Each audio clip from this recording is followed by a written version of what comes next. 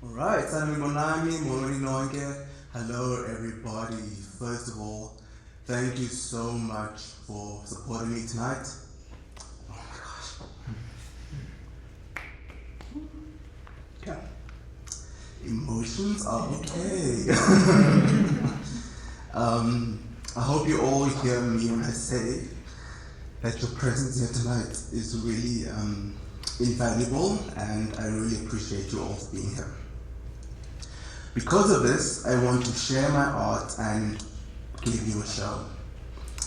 The opening piece that you heard was entitled Alke, an abbreviation that I use for the name Alke Bulan, which translates to English as the Garden of Eden, and is said to be used as the name of the continent of Africa in pre-colonial societies.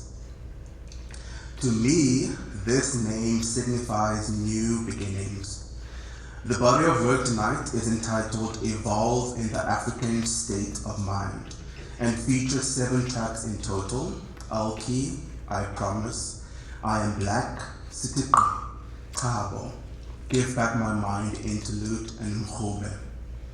2 influential forces encourage this current frame of mind in which I wrote this work: decolonizing one's mind and navigating post-colonialism as an African black child. Decolonizing the mind is a lifelong journey, but it starts now. Subconsciously, this refrain began during my undergraduate music degree during the #RoseMustFall and #FeesMustFall protests in South Africa. Students at the time were challenging coloniality in South Africa. So what is coloniality? Basically, these are long-standing patterns of power rooted in colonization that define knowledge, culture, and so on, thereby having the ability to change how one conducts themselves. Consciously, this refrain is encouraged by African thought leaders like Nkululeko Zungu, who have encouraged African writers to think of themselves from within their identity. So I want to see the past, pre-colonial and post-colonial cultural identities, not as the wasteland of non-achievement, as what Zungu acknowledged in his book, Decolonizing the Mind, in saying that many of us see bodies, those of sub-Saharan ancient beings, for instance, as those who did not achieve much. Rather, I would like to see them as robust beings who roamed on fertile soil, but did not get the opportunity to explore. Thus, I use what is authentically African in the music tonight. Everything from verbal expressions to physical movements, synthesized instruments to my voice, is derived from being African and is explored using modern technologies. The main forces are the use of the clicks. The clicks are the primary clicks found in both languages, isiZulu and isiXhosa, and are expressed using Latin alphabet letters, C, Q, and X. So, your turn. C is pronounced and is similar to what many may use to scold their child. So it's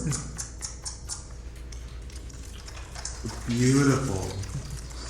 Q is like the sound heard when popping bubble wrap or opening a wine bottle.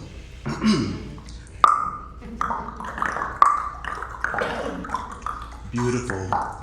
And X is the sound someone may use to call an animal. Come on!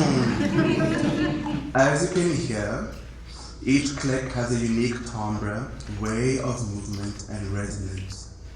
These fascinate me as the speaker of the languages. Every time I pronounce a click, I am in awe.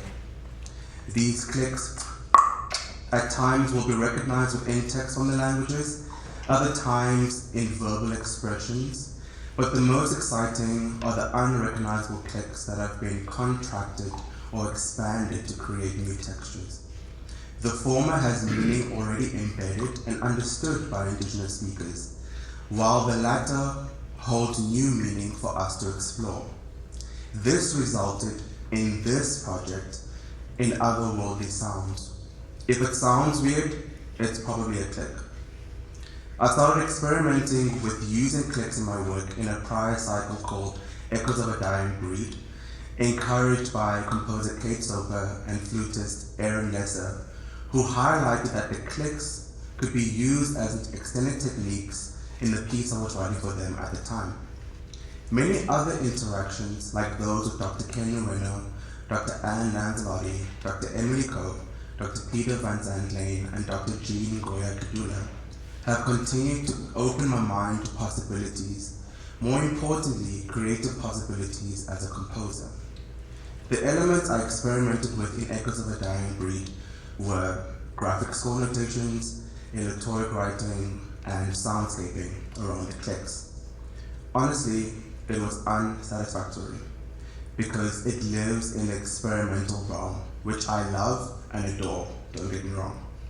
What frustrated me was that the connection to the listener was lost. In this work tonight, another goal is to connect directly with the listener. The elements experimented with are still there, but are communicated in a sound world that listeners connect with more today, including myself. Tonight, you will also hear a variety of styles blended into one expression. These display the sonic landscape of South Africa, which is blessed by diversity.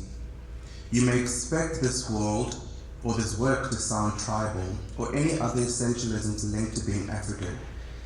This may sometimes be true, but it is not the goal.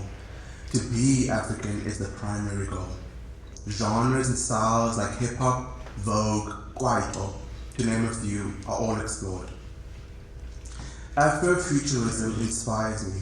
While I look to the past, I do so with a vision of the future.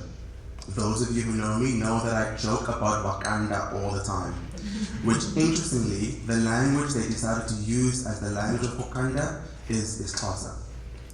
But that concept, Afrofuturism, Wakanda, is very serious.